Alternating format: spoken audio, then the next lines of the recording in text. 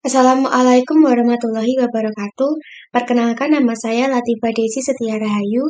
Saya dari mahasiswa Prodi Pendidikan Ekonomi Universitas 11 Maret.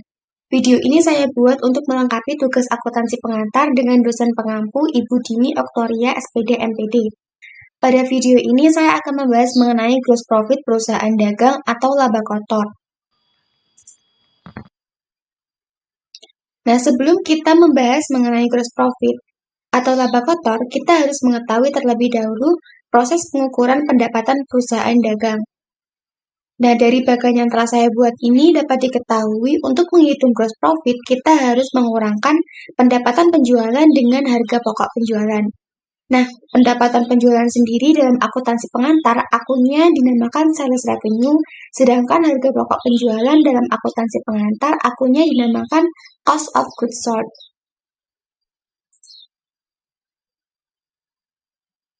Laba dibedakan menjadi dua, yang pertama yaitu net profit, yang kedua gross profit. Net profit atau laba bersih adalah hasil dari pengurangan laba oleh biaya operasional perusahaan dalam jangka waktu tertentu.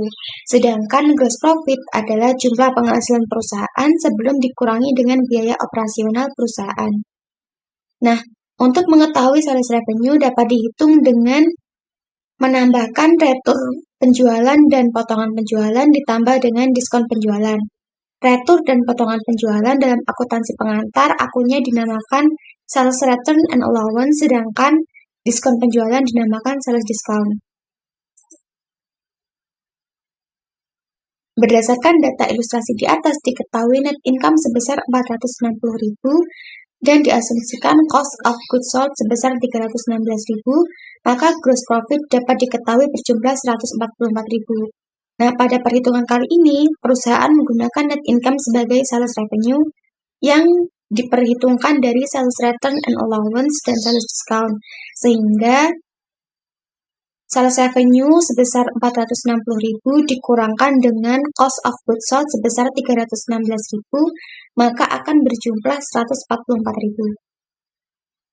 Selanjutnya, kita juga dapat menyatakan gross profit suatu perusahaan sebagai persentase yang disebut dengan gross profit rate atau tingkat laba bruto. Untuk menghitungnya, kita dapat membagi gross profit dengan net income. Berdasarkan data di atas, maka diketahui gross profit sebesar 31,3% dihitung dari gross profit sebesar 144.000 dibagi dengan net income sebesar 460.000, maka akan menghasilkan 31,3%.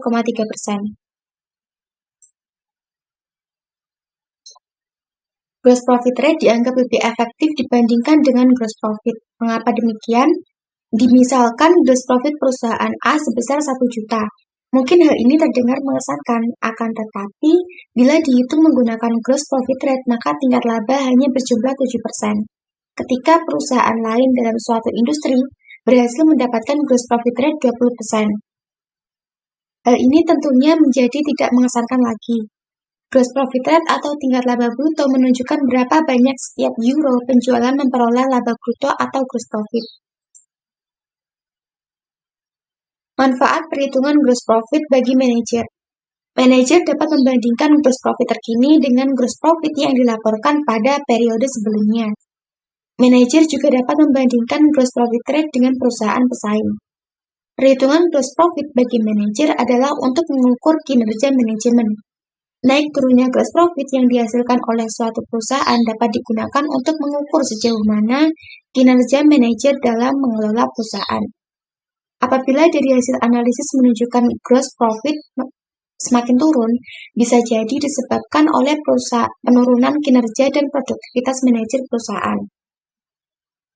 Perhitungan gross profit juga dapat membantu manajer dalam menentukan kebijakan perusahaan.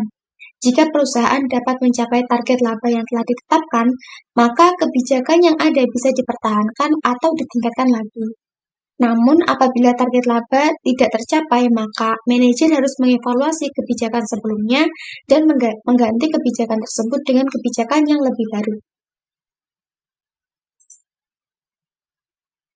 Sekian video penjelasan mengenai gross profit atau laba kotor perusahaan dagang. Semoga bermanfaat. Kurang lebihnya mohon maaf. Wassalamualaikum warahmatullahi wabarakatuh.